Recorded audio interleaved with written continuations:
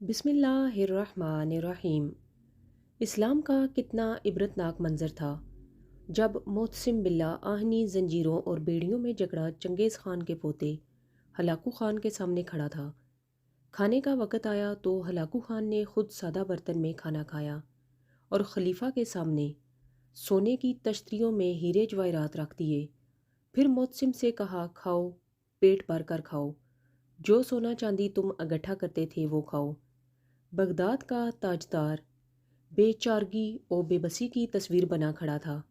بولا، میں کیسے سونا کھاؤں؟ ہلاکو نے فوراً کہا، پھر تم نے یہ سونا اور چاندی کیوں جمع کیا؟ وہ مسلمان جسے اس کا دین ہتھیار بنانے اور گھوڑے پالنے کے لیے ترغیب دیتا تھا کچھ جواب نہ دے سکا۔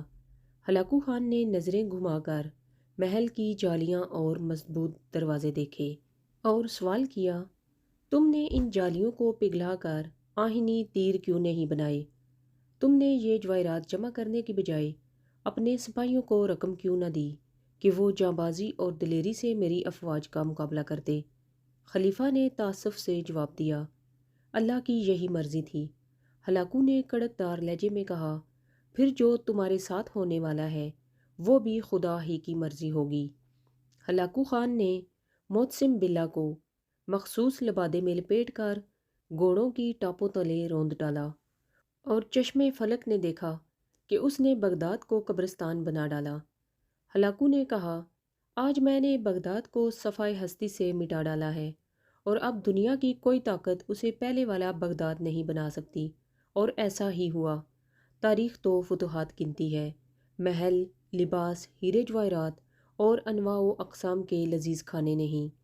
رسول اکرم صلی اللہ علیہ وآلہ وسلم کے گھر کھانے کو کچھ نہیں ہوتا تھا مگر دیوار پر تلواریں ضرور لٹکی ہوئی ہوتی تھی۔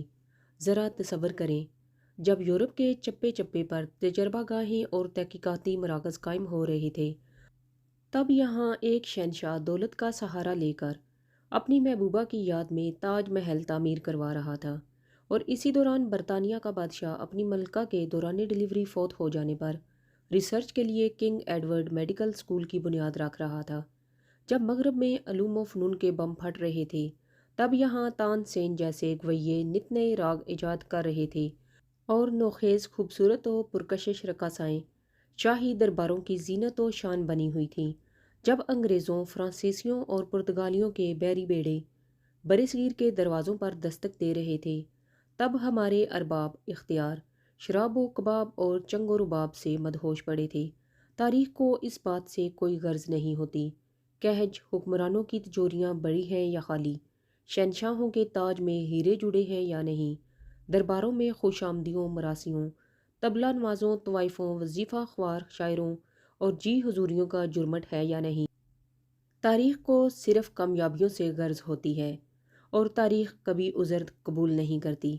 یاد رکھیں، جن کو آج بھی دولت سے لگاؤ اور طاغوت کی غلامی کا چسکا ہے، ان کا حال خلیفہ معتصم باللہ سے کم نہیں ہوگا۔ اللہ حافظ۔